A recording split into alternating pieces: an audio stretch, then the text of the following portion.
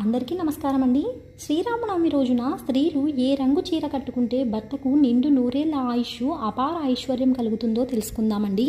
April 17వ తేదీ శ్రీరామనవమి పండుగ రోజున స్త్రీలు ఆకుపచ్చ రంగు లేదా పసుపు రంగు చీరను ధరిస్తే అంతా శుభమే జరుగుతుందండి. అలాగే స్త్రీలకు దీర్ఘ సుమంగళి యోగం సిద్ధిస్తుందండి. భర్త యొక్క ఆయుష్ అనేది పెరుగుతుందండి. ఎందుకంటే ఆకుపచ్చ మరియు పసుపు పచ్చ రంగు అంటే లక్ష్మీదేవికి ఎంతో ఇష్టమైన రంగులండి. శ్రీరామనవమి రోజు స్త్రీలు ఈ రంగులో ఉండే చీరను కట్టుకోవటం వలన సీతారాముల అనుగ్రహంతో దీర్ఘ సుమంగళి యోగం కలుగుతుందండి. అలాగే ఈ సంవత్సరం అంతా బాగా కలిసి వస్తుందండి. ఏ పని చేసినా విజయం మిమ్మల్ని వరిస్తుందండి. మీరు పట్టిందల్లా బంగారం అవుతుందండి. అష్టైశ్వర్యాలు, భోగ భాగ్యాలు లభిస్తాయండి. అలాగే రాజయోగం పడుతుందండి. కేవలం స్త్రీలు మాత్రమే కాదండి, పురుషులు కూడా, పెద్దలు, పిల్లలు అందరూ కూడా ఆకుపచ్చ రంగు మరియు పసుపు రంగు దుస్తులను ధరిస్తే